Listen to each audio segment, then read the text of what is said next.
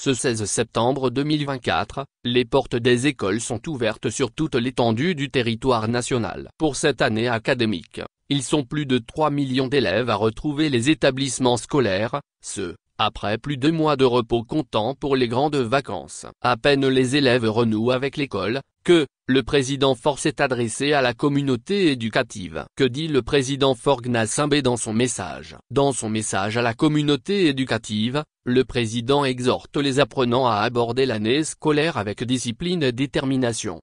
Bonne rentrée à tous nos apprenants. Abordez cette année avec discipline et détermination. Chaque effort vous rapproche de l'objectif, car la persévérance est le secret de la réussite. Je salue nos partenaires de l'éducation, les parents pour leur engagement admirable, et les pic.twitter.com/jr4offi4ch, Faure et Sozimna Gnassingbé @fniassimb, septembre 15, 2024. Gnassingbé n'a pas manqué de saluer l'engagement de tous les acteurs, partenaires, parents, enseignants. Sur toute l'étendue du territoire national, la rentrée scolaire 2024-2025 est effective. Le constat fait sur le terrain est que la mobilisation est au rendez-vous. Les élèves comme leurs parents sont mobilisés pour une rentrée réussie. La rentrée scolaire se déroule dans un climat apaisé. Pour toucher du doigt de l'effectivité, plusieurs membres du gouvernement sont déployés sur le terrain et ceci dans toutes les régions du pays. La mobilisation témoigne de l'intérêt qu'accordent les autorités du pays. En témoigne le contenu du message du président à l'endroit de la communauté éducative. Les termes choisis par le président prouvent à suffisance que l'éducation reste un des secteurs prioritaires. D'ores et déjà,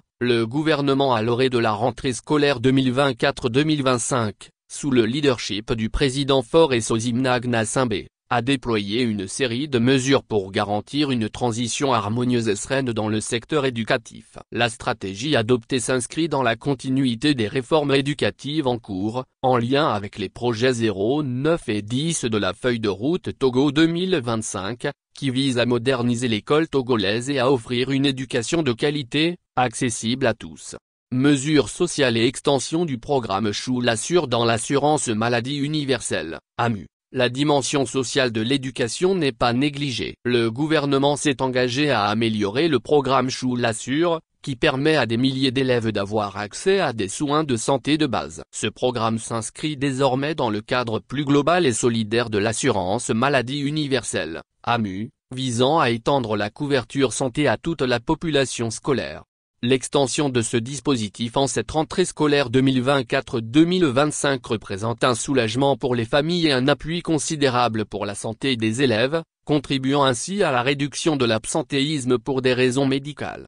De plus, la distribution de fournitures scolaires gratuites dans toutes les régions éducatives illustre la volonté du chef de l'État, Faure et Sozimna Gnassingbé, de soutenir les familles dans la préparation de la rentrée. Ces mesures sont cruciales pour garantir l'égalité des chances et permettre à chaque enfant de débuter l'année scolaire dans de bonnes conditions.